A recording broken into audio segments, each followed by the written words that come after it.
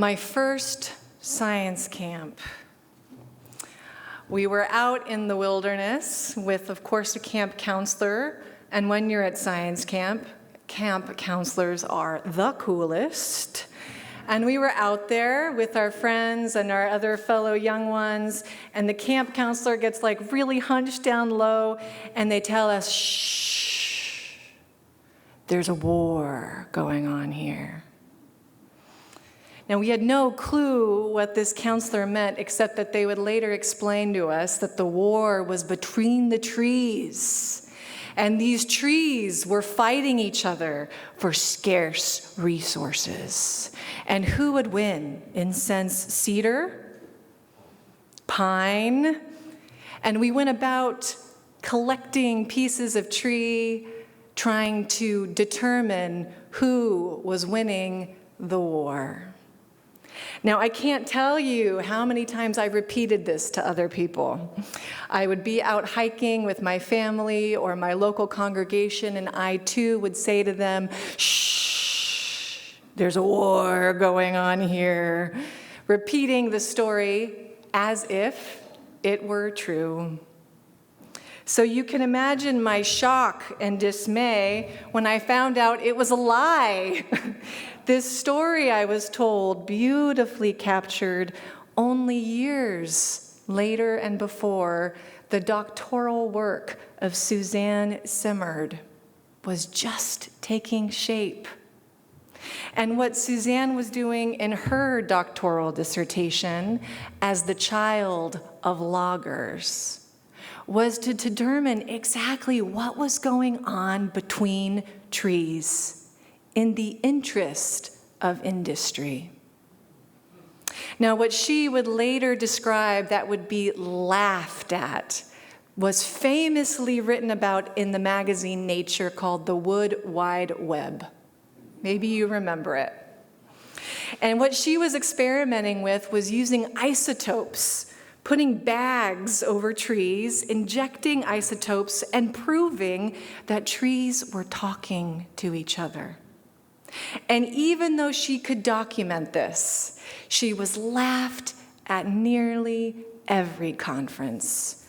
A young woman talking about trees collaborating, and worse, mother trees collaborating.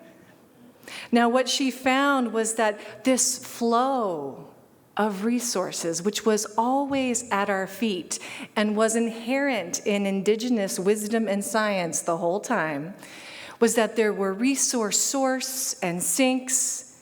There were complex warning systems between trees, warning them if something were a threat or a problem.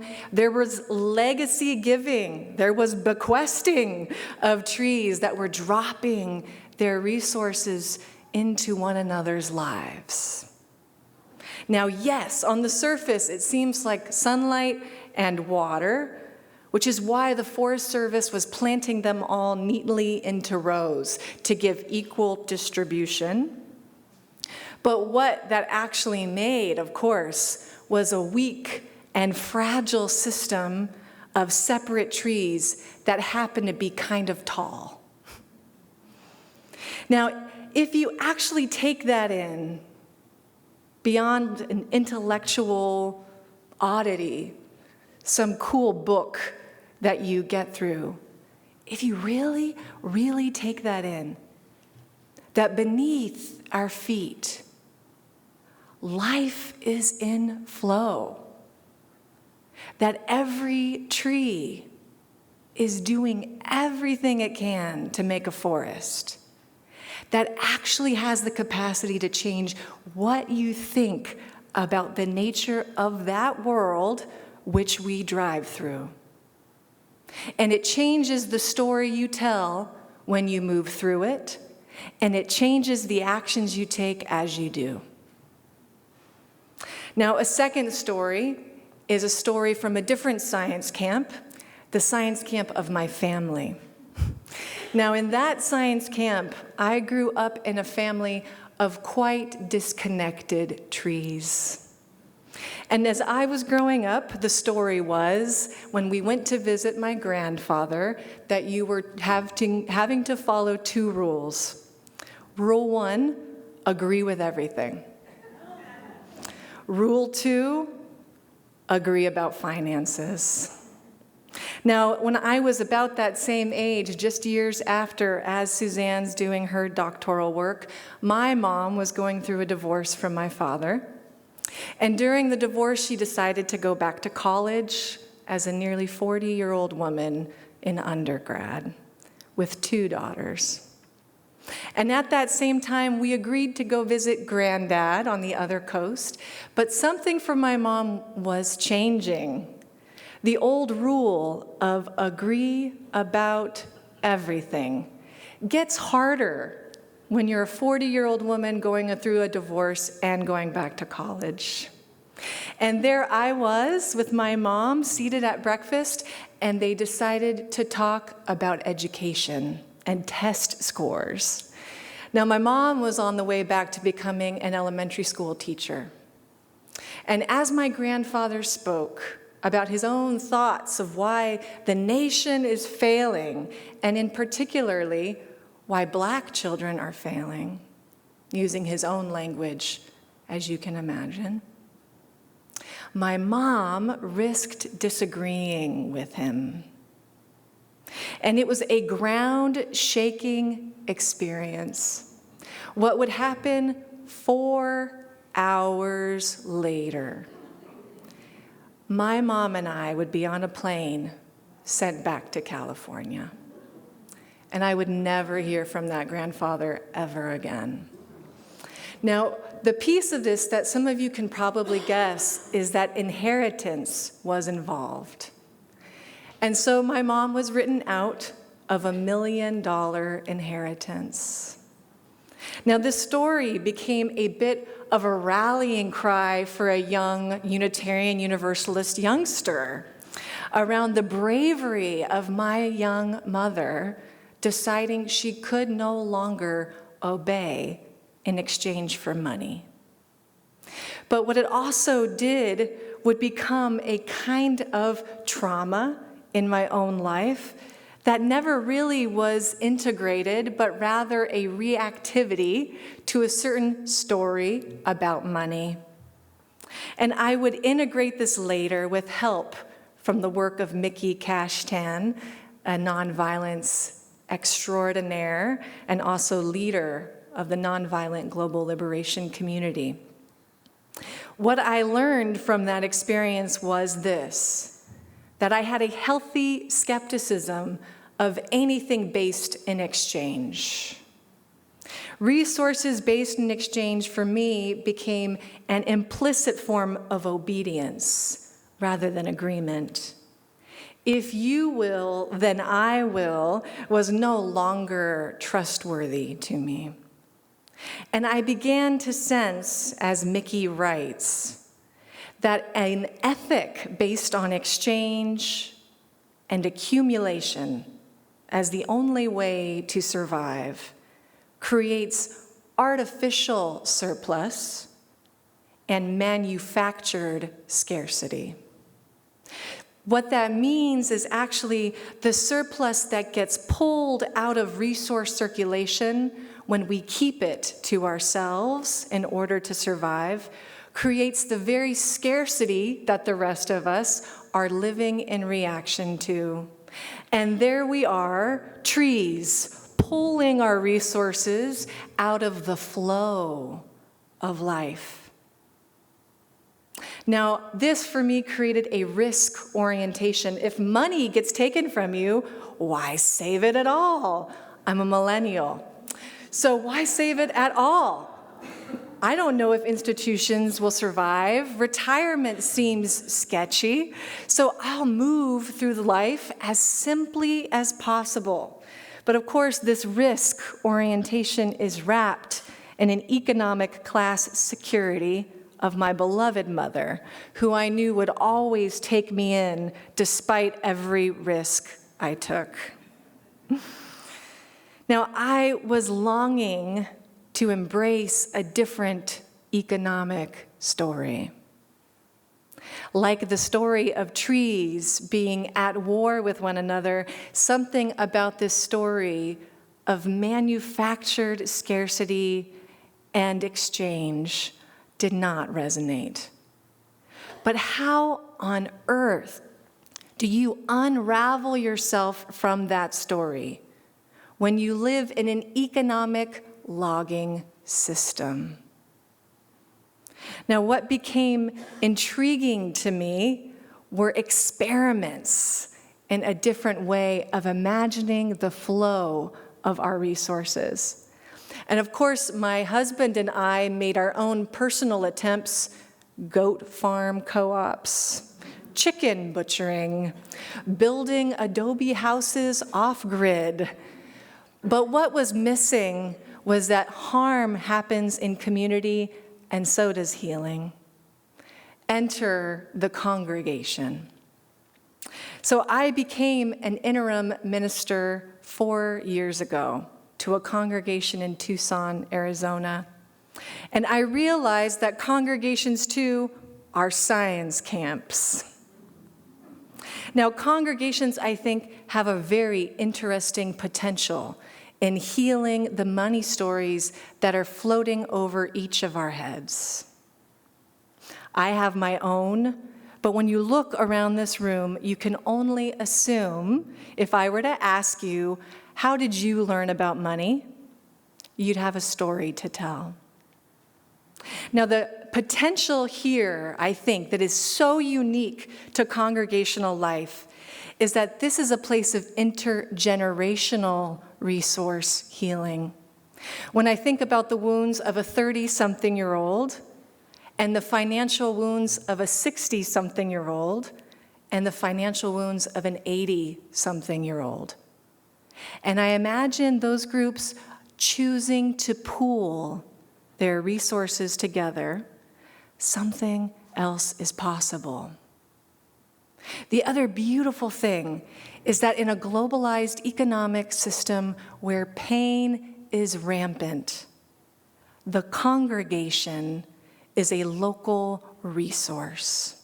And as a local resource, it means real relationships in real time with real money. And the potential of that is radical if you let it be. And so stewardship, although it seems like a shakedown, the shakedown is a story from dominant culture. It quite the opposite. Stewardship and talking about money in our congregations is actually a time for pastoral care.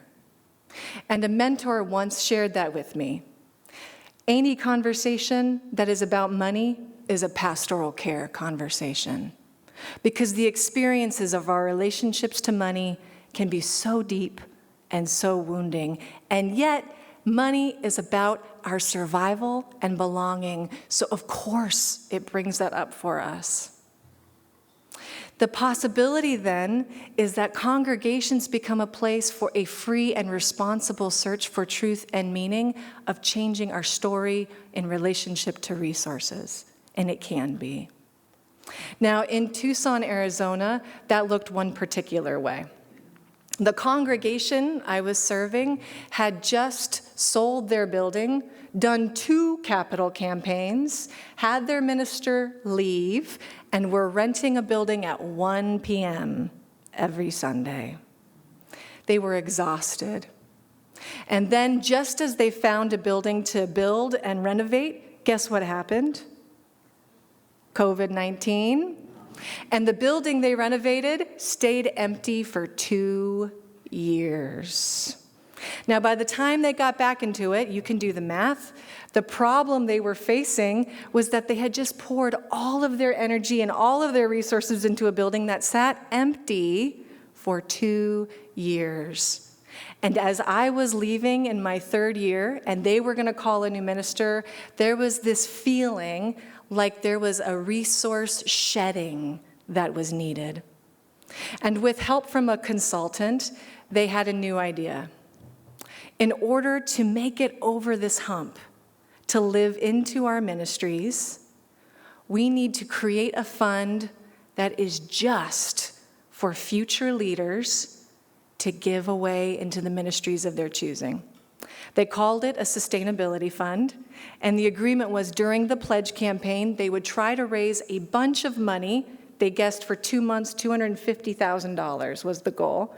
That if we could raise this money, what we would essentially be doing is giving it to the next board that we don't know, and the next minister that we don't know, by a time that we're not in control of, to give and use for ministries of the congregation. Now, some people thought to themselves, this is not possible, right?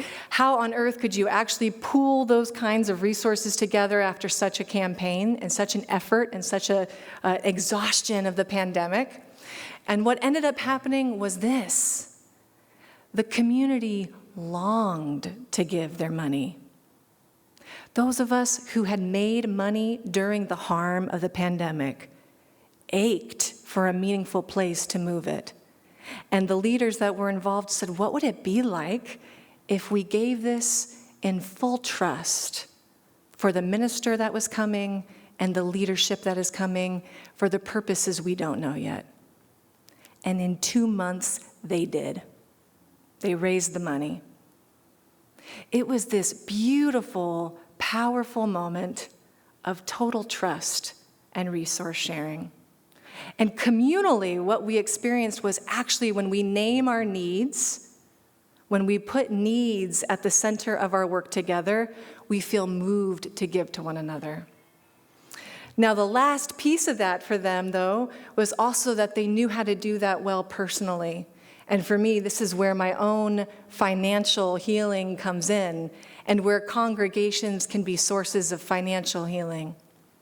During that pandemic, when they were without a building, I was without a family. I had moved with my partner to Tucson in full trust that we would be going together and our families would be visiting. We decided to have a baby, and we were 6 months pregnant when the pandemic hit. And there we were, alone in Tucson, our congregation without a building and us without a family. And my committee on ministry and board came to me and said, Samantha, what do you need? And I said, I need a party. My baby shower had been canceled and no family could come visit us. And after having known my partner and I for only 8 months, an interim minister who would leave in 1 year, the Committee on Ministry put together a baby shower, making sure everything on the registry was purchased. The pastoral care team organized for 2 months of dinners brought to our house every day. And the congregation organized another small amount of money for whatever else we needed, knowing we might need something. And the agreement between my partner and I was that we would use that money for childcare because the daycares were closed. So we hired a babysitter. And the rule was when the babysitter was in the house, I could only work on my dissertation. And it was that reason that I finished my dissertation. But that outpouring, guided by asking me, what do you need? By that grove of grandparents, healed something. Now, at the end of our time together, having worked our financial issues out loud as a congregation, there was a phrase we would use at the end of those months of working the numbers and asking each other what we needed. And we said, this is our hope, that when someone walks through these doors and they say, what's going on in this congregation? We would say, we are a grove of trees, and this is where we make forests.